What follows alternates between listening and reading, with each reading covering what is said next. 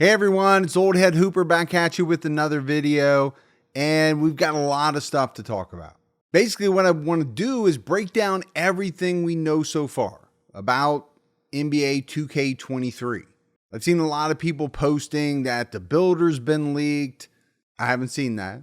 What I think they're referring to is this screen right here, which came from the Courtside report that 2K put out on the WNBA.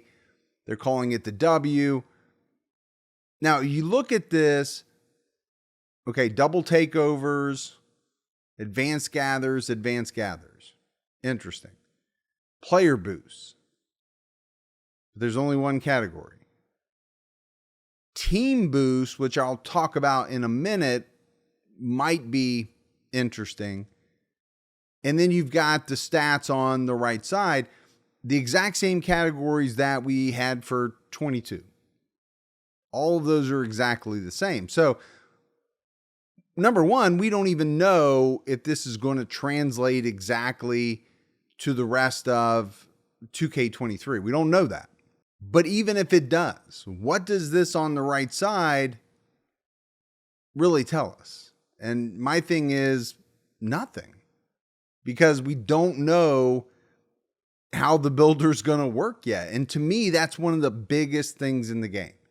You know, what we're looking for, I think all of us, is a really good build system that allows you to make a variety of builds that gives the game build diversity.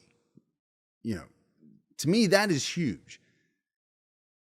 I want to be able to play the way I want to play. And I'm sure a lot of you out there are saying the same thing. If you're a play shot, be the best play shot you can be. But I should be able to make a build that can lock you up some of the time. Not every time, a lot of the time, because I'm sacrificing a lot to make this lockdown. And I'm not talking about a two-way. I'm talking about a straight, all red, back in the day pie chart lockdown. I'm giving up shooting. I'm giving up, quite a bit. So, I think that's got to be in the game. Big men, if you want to shoot, great. But you're not going to be Shaq in the middle. And you're not going to be Dikembe Mutombo at the rim. I mean, there's got to be some give and take on everything. And that's my hope for this game, is that they figure out a way to really make a lot of different builds viable. If you're a spot up shooter, great. That's what you want to do. You're a corner sitter. There's got to be a two-way that has some good shooting and some good defense. You got to have straight lockdowns, all kinds of stuff. Paint beasts. But they all have to be able to matter.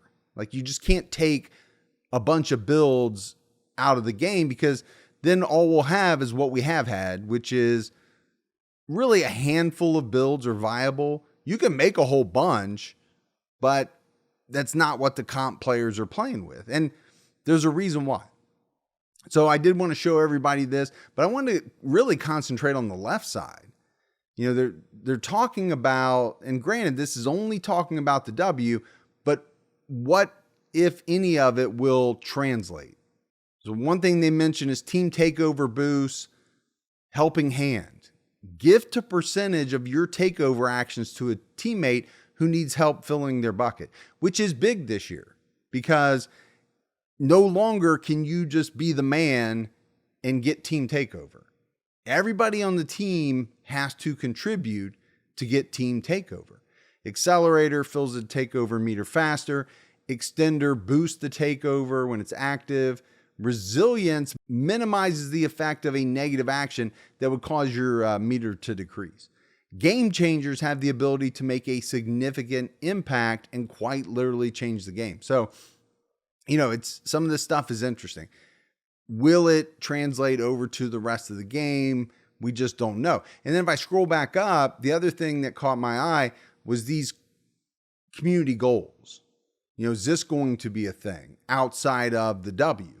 Season goal, get 2,000 wins before the week runs out. What do you get? It says unlock a prize for everyone. So we'll see. And then if I go back to the very first Courtside report, I won't go through it all because I know a lot of you have seen it. This upgraded Pro Stick is huge in the game. They talk about it a lot. It's now doing a lot of different things, whether it's in dribbling or, how you dunk, these double throws, post moves. So I think that's going to be really interesting to see how that works. And then I think the next thing on everybody's agenda is adrenaline boosts. I mean, these 3 little bars have got everybody up in arms. How is it going to work? Every time you do something that's a little bit athletic, is it going to take one of your bars away on both offense and defense? And if so, what's the strategy to make sure that you got a bar or two when you need it, when somebody's coming down the lane, if you're a big man, so that you can get up and try to block that shot? And some of this we'll talk about because we're going to go into the tweets from Wang, because I think some of those are interesting. He really gives a lot more insight into stuff. Now, shooting is big every year. It's probably the biggest thing. And one of the big things this year is that every jump shot has unique stats: shot speed, release height, defense immunity, and timing impact. Now, what we don't know is it going to be like every year where people are going to find 2 or 3 or 4 of the best shots, and pretty much everybody is going to use that, whether it's, jump shot 3 or set shot 25, 98, Wade, whatever it turns out to be. We don't know. What I'm hoping is that you can tailor it a little bit more to the way you play, and there will be a lot more jump shots that are really, really effective. All right, 5 new shot meters, 15 more that can be unlocked. That's not something I worry about. I don't use the shot meter.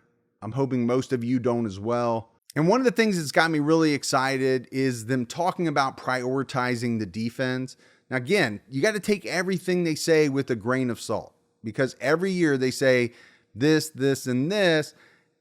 And most years it turns out either not to be true or it is, and then people complain and they change it. So I just want myself, if I'm a good defender, if I've got the stats, I should be able to stay in front of people, get a steal every now and then, and not have a 5'9" guy run away from me and shoot a fader every time. That's what I do not want. And then this new badge system that everybody is talking about. I won't go in depth, but the fact that they are making it so that you have to stack certain badges together to get some of the really good badges, I think it's going to lead to a little bit more diversity. I could be wrong about that.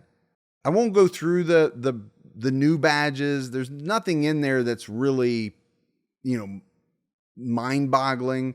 They've combined some badges. They've gotten rid of some badges. But one of the things that did jump out at me is there is no intimidator. It's basically anchor now, but that's only for bigs. And then they have a perimeter version, challenger, for people out on the perimeter, which I think is a good thing. Okay, so everything in here is well and good. Like I said, most of you probably have already seen it. If not, you can go back and read through it. I want to go through some of Wang's tweets. Now, if you don't know who Wang is, you should, right? He's like the man at 2K. He makes a lot of the decisions on gameplay, what's going to be changed, how's it going to work. And he takes, his time off from Twitter, and he came back this year, like around August 3rd. You started seeing him posting, but I just want to go through some of his stuff because he really lets us in on what could be really big things in the game. This tweet right here, he talks about customizing your ideal release point in your shot. That could be a game changer. Again, we'll have to wait and see how it works. Bullet passer is gone. Pass speeds are tied to the pass accuracy rating. I think that's a W. I didn't like the fact that you could make your pass accuracy, very low, and then just bump up your bullet passer a couple ticks and you would still be okay. Double takeovers are now in current gen. That's huge if you play current gen. He did confirm that turning off the shot meter will still increase your shot window, which is big. A lot of people do not use the shot meter for that very reason. And here's a chart that Mike put out. I'll make it bigger here in just a minute. But he does say smalls under 6'5", swings 6'5" to 6'9", big 6'10 plus. So these are the different SIG jumpers, and you can see what the rating requirement is. And this is what I talked about earlier: release height, release speed, timing impact, and defensive immunity. Now, most people are really big on release speed. They want one of the quickest jumpers. I'm interested to see how some of these other things really factor in. Timing impact may be huge for, people that aren't great at timing their shots. And we're going to talk about that in another tweet. Because right here, somebody asked, will you be able to consistently shoot with 70 or under 3-ball? Mike says, hard to answer. There are a lot of factors, but if you're really good at timing your shot or open and have the right badges, you can be serviceable, but you won't be reigning like last year. To me, the big word there is serviceable, and what Mike Wang means by serviceable. To me, that just means you are mediocre. You're okay. Now, with a 73 ball, what is that? Is that 50%? Is that 6 out of 10? Is it in the corner 7 out of 10? We don't know. But it's going to be huge because it is every year. When you get your hands on the new game and you're in the builder and you're excited, you're not going to know right off the bat how good a 73 ball is. So if you're someone that really wants to be able to shoot the ball, you probably want to go high. In this tweet, he talks a little bit about the dribbling. Core dribbling is still intact, but the new Pro Stick, the double throws, will give the ability to do a bunch of new combo moves. Dunk rating, driving dunk rating dictates how easy it is to block dunk attempts. Also, flashy dunks boost your takeover meter faster than basic ones. And this is huge, back scratchers, windmills, tomahawks, and other flashies are much harder to block in general. Nobody put those on in 22 because every time you put the ball behind your head, there was some little dude there who blocked it. So that's why most people used quick drops off one. It was really the best dunk in the game, and you got it at a 65. Well, they changed that. And I'm glad they did. They made it, the minimum I think is 80 now. And to me, that's good because that dunk was nearly unblockable. And most of the play shots could get it. Mike talked about the dunk meter in a number of tweets. The one thing he said is the new dunk meter for like flashy dunks, skill dunks, is the same as the shot meter, which I think would be interesting. I had a hard time with the difference in the little round one. Now, he does say the round one is still used for alley-oops, but it's bigger and easier to read. Something that a lot of people are celebrating is Mike coming out a while back and saying real player percentage will not be a valid option for online games. And I don't think it should be. You can put it in for my career. I don't care. For people who, want to make it a little easier maybe to grind shooting badges on somebody with a 99.3, makes no difference to me. But I think when you're playing online competitively, you should have to time your shots. The new take foul rule is in the game, which is huge because if you watched any comp pro-am games, even in the rec, if there was a run out, somebody was fouling because that was a great way to stop what were going to be automatic points. Well, not anymore, because if you do it, the other team's going to get to shoot some free throws and they're going to get the ball. Somebody asked if auto steal for interceptor was back, and Mike Wang said no auto steals. And, I will say when 22 came out, I thought it was a really good game. I thought it was good when it came out. It needed some tweaks, but I thought the defense was pretty good. When they nerfed the steal, I didn't like that. Now, I was okay with taking away the auto steals, but it seemed like when they took away the auto steals, it also changed how often I was getting, passing lane steals. Even when I was hitting the button, I was timing it correctly. I was seeing it beforehand. So we'll see. We'll see how they balance it this year. One thing that a lot of people have been talking about here in the middle, so far, all the feedback from playtests have been that defense is favored over offense. So I think we're in a good spot. I'm not opposed to that at all. I would rather it be kind of more equal, but can they make it equal? I don't know. Badges are still bronze through Hall of Fame.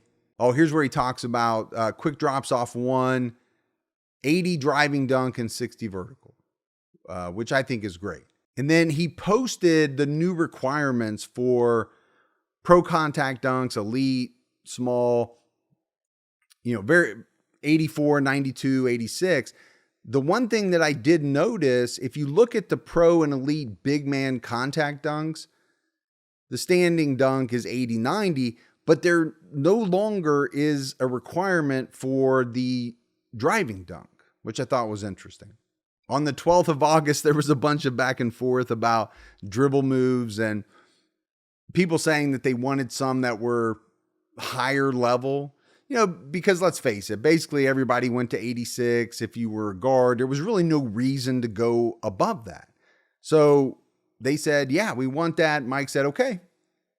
92 for Curry and Trey. Some other players, they bumped up to 90. Dame, Kyrie, some others. So we'll see how that works. All right, this tweet right here was one that really confused me. This was just from less than a week ago. We saw it, openness is out. I didn't know what that meant at first. I've come to realize that he's talking about pass openness, the setting. I don't know how many of you use it, but you could turn that all the way up to the point where basically all you had to do was hit the pass button. It was going to find the most open guy.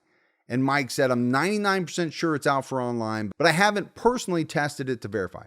And that to me is kind of like the real player percentage in shooting. I don't think it should be in for online.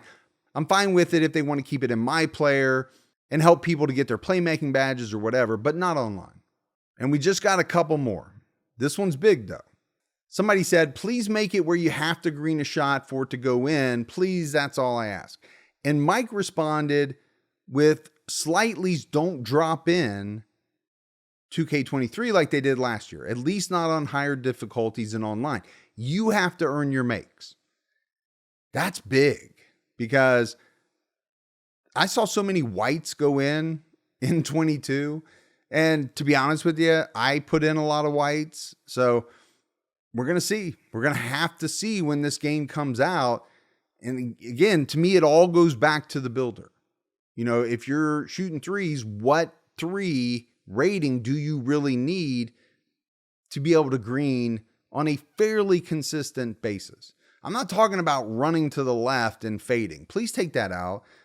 Nobody in the NBA has that as their go-to shot 90% of the time. And some of the people in 22 were using it 95% of the time. Oh, current gen has double take, which is pretty cool. It's still archetype based and not broken up into abilities. So it's different from next gen. So that's it. We're up to current time frame. He talks about Agent 3 replacing Circus 3, but to me, that's not a huge thing. There's a lot of badges that have either changed or replaced or morphed into something else. But, if you don't follow Mike Wang, you should. He drops some pretty good stuff, especially before the game comes out. So in the next 2 weeks, he'll continue to drop things here and there. But I wanted to do this video just to kind of recap for everyone, what we know as of right now. And I'm sure I left some stuff out, but I didn't want to make it too long. I just want to kind of cover everything that I had seen, what I thought was important. So appreciate it. Like the video, subscribe, and I'll see you in the next one. Old head out.